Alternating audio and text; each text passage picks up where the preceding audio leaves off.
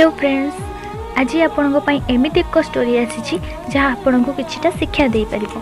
जेमिति स्वप्ना दिने ता जीवन में शिक्षा पाइथिला। आपण जदि यह चैनल वीडियो प्रथमे देखुथिबे तबे लाइक एंड सब्सक्राइब जरूर करंतु, जहाँ द्वारा एही भली सत्य घटना को नहीं अनेक वीडियो आपण आगो को देखि पारिबे। चलंतु एबे हमें सुनिबा सही कहानी जहाँ स्वप्ना को एक शिक्षा दे जाइथिला। स्वप्ना देखा असुंदर हो पारे किंतु तार हृदय बहुत सरल और बहुत निर्मल मध्य। ताकू जी भी देखे समस्ते भावती ये बहुत इनोसेंट होइथिबो। हेले आजिकल दुनिया रे कोन एमिति हेबा ठीक? मु तो कहबी एमिति हेबा आदौ ठीक नुह, नहले समस्ते ठकीदेवे। स्वप्नार जीवन रे भी ठीक सेमिति घटिथिला। स्वप्ना को गोटे पुओ सबु बेले तार दुख सुख सबु किछि शेयर करे, सुखटारू दुख अधिक शेयर करे। स्वप्ना शुणी ताको सांत्वना दिए। एमिति किछि दिन गला परे स्वप्ना को सही पुओटी प्रपोज कला। आ स्वप्ना किछि रिप्लाई न देबा आगरु सी स्वप्ना को इमोशनल कर देथिला। स्वप्ना किछि न भाबी तार कथारे राजी हो गला। भाबिला जदि सी मते पाइके खुशी हेबो ताहले हेउ। किछि दिन भलरे कथा हैला। स्वप्ना को बहुत कॉम्प्लीमेंट्स देला।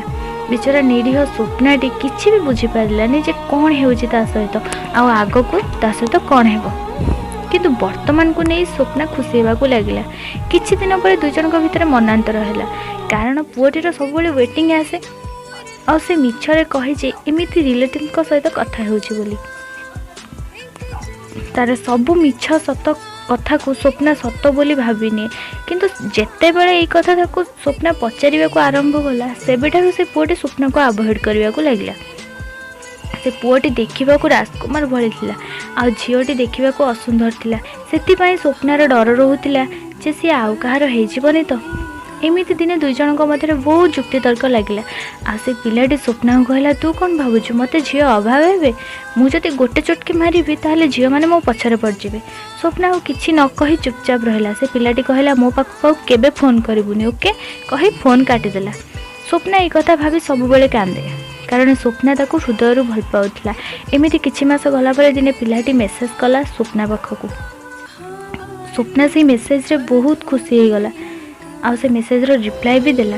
मेसेज रे कथा हेउ पुणी स्वप्ना को इमोशनल कर देला। आ कहला, प्लीज स्वप्ना तो आउ थरे मो जीवन को फेरी आसे।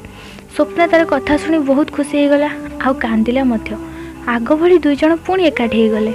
एमिति किछि दिन चलिला। पुणी किछि दिन पर पिलाटी स्वप्ना को अवॉइड करिया को लागिला। तथापि स्वप्ना सब किछि सही चली थाए। किछि दिन पर स्वप्ना अजाणतरे गोटे भूल करदेला, जोंथि पई से पिलाटी स्वप्ना को बहुत गाली कला। मात्र स्वप्ना किछि बड़ भूल करि नथिला। गोटे छोटिया भूल पई से पिलाटी स्वप्ना को आ कॉल के मेसेज किछि भी कलानी। स्वप्ना कॉल कले भी से रिसीव कलानी। किछि दिन पर से स्वप्ना को कॉल कला। स्वप्ना ताको तार भल मंद कथा पचारिला। शेष से पिलाटी कहला, तू फोन रख, मो गर्लफ्रेंड कॉल करिवो। स्वप्ना काटिदेला सत, किंतु निज मन को बुझे पारिलानी। बहुत कांदिला। एते वर्षर भल पाइबा को स्वप्ना भी केमिति भूलिबो जानि पारिलानी। हेले गाइज मने रखंतु, जे भल पाइबा ब्रेकअप हैला पर पुणी थरे आपन को पाखक फेरी आसे, से भल पाइबा को केबे भी एक्सेप्ट करंतु नाही, कारण सही भल पाइबा आउ थरे ब्रेकअप होबार संभावना 99% थाए। एटा मु ग्यारंटी सह आपन को कहछि।